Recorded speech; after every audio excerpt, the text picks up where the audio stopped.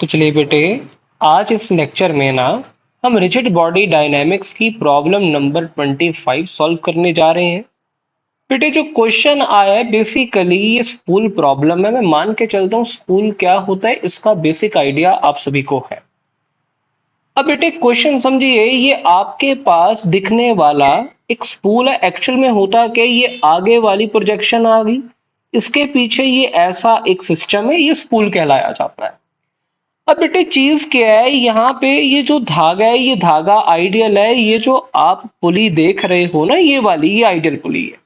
ये मास को आपने यहाँ टंगाया, जैसे ही इसको आप रिलीज करोगे रेस्ट से, पूछा गया है दो क्वेश्चन है। एक तो इस ब्लॉक की एक्सेलरेशन निकालनी और दूसरा आपको फ्रिक्शनल फोर्स जो एक्ट हो रही है स्पूल पे उसको निकालना।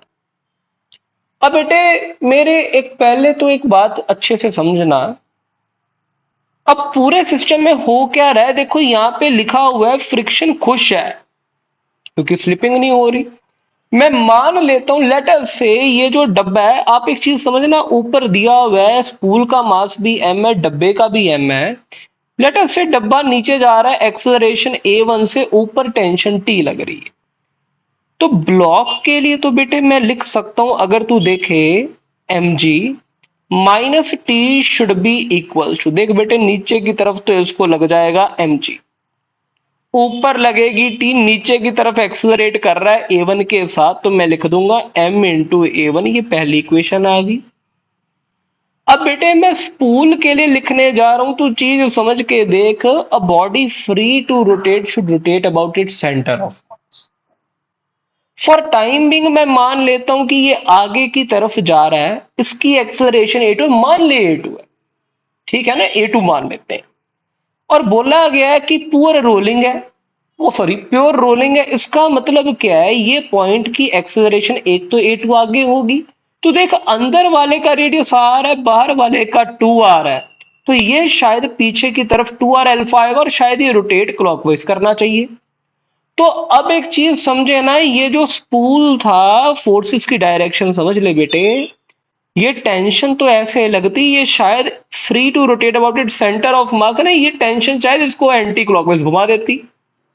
अगर एंटी क्लॉकवाइज घुमाती तो अल्फा क्लॉकवाइज तो नहीं आ सकता था। इसका मतलब क्या है ना, कि फ्रिक्शन है जो इसको पीछे लगेगी, जो शायद इसको क्लॉकवाइज घुमा दे अबाउट सेंटर ऑफ मास। मैं मान के चल रहा हूं मेरे बच्चे, तेरे को बात समझ आई है। और मैं लिख सकता हूं, अब मैं यहाँ पे स्पूल के लिए इक्वेशंस लिख रहा हूं। एक चीज, हर चीज का ध्यान दे बेटे, टी माइनस एफ, क्योंकि पीछे फ्रिक्शन लग रही है ना बेटे यहाँ पे, और ये शायद स्टैटिक फ्रिक्शन है क्योंकि स्लिपिंग नहीं हो रही, should be equals to m into a2। Acceleration हमेशा सेंटर ऑफ मास की लिखी जाती है।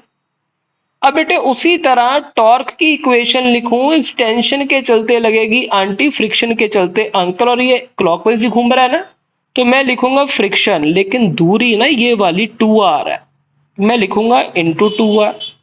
माइनस माइनस क्योंकि ये तो क्लॉकवाइज है, टेंशन के चलते एंटी क्लॉकवाइज आएगी t into R, should be equal to I into alpha. ये सारी टॉर्क मैंने ना अबाउट सेंटर ऑफ मास लिखी है, और आई अबाउट सेंटर ऑफ मास मुझे लगता है 5mr² दिया हुआ है, तो यहां पे लिख रहा हूं 5mr² इंटू अल्फा। ये तीन इक्वेशंस आ गई बेटे।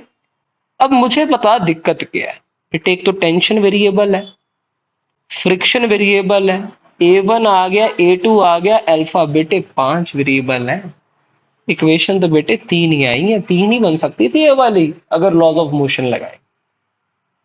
अब जो गेम चेंज करेगा, कभी भी ऐसी चीज आ जाए याद कर, कंस्ट्रेंट मोशन। अब बेटे एक चीज समझना, ये जो नीचे वाला पॉइंट आया ये स्लिप नहीं कर रहा, तो मैं पता है क्या लिखूंगा, a2 minus 2r alpha, this should be equal to 0। ये आ गई चौथी इक्वेशन। यहां पे मैं लिख देता हूं जो इक्वेशन है ये कंस्ट्रेंट वाली, ये तो एक आई है। अब अगली इक्वेशन और भी खास है, तेरे को समझाता हूं। ये जो इनर रेडियस r था, बाहर वाला 2r था ना, यहां पे गजब की बात है, ये भी समझ, ये धागा और ये पॉइंट, धागे वाला पॉइंट स्लिप नहीं हो रहे, धागे की एक्सेलरेशन शायद a1 थी, क्योंकि धागे की तो बेटे वही होगी जो डब्बे के, बिकॉज फिर acceleration along the string should be same. तो समझ रहा है ना। और ये वाला जो पॉइंट है इसको आगे तो मिलती ए टू, पीछे की तरफ शायद आर अल्फा मिलती, मैं लिखता a two minus r alpha should be equals to a one. ये आ गई बेटे मेरे पास पांचवी इक्वेशन। आई होप बेटे आप सभी को ये पांच की पांच इक्वेशंस अच्छे से समझ आई हैं, इसमें किसी को भी कोई डाउट नहीं है बेटे। बाद बाकी बची चीज यही है कि आप इसको पूरा सॉल्व करो। खैर मैं यहाँ पे रिजल्ट सीधे लिख रहा हूं। जो ब्लॉक की एक्सेलरेशन आएगी वो आ जाएगी सॉल्व करने पे 4g/50। ठीक है ना, इसको सॉल्व करना। और जो फ्रिक्शन है शायद फ्रिक्शन निकल के आ जाए बेटे 3mg/5। ये सब कुछ बस आपकी सॉल्विंग पे, आप सॉल्व अच्छे से करोगे रिजल्ट आ जाएंगे। मुझे कमेंट सेक्शन में जरूर बताओ कि क्या आपके ये रिजल्ट मैच कर रहे हैं। मेरा मेन फर्ज था आपको पीछे की फिजिक्स सिखाना। आई होप बेटे आप सभी को ये क्वेश्चन समझ आया है। अगर इसमें बेटे किसी को भी कोई डाउट है तो नीचे दिए कमेंट सेक्शन में जरूर पूछो। Thanks for watching.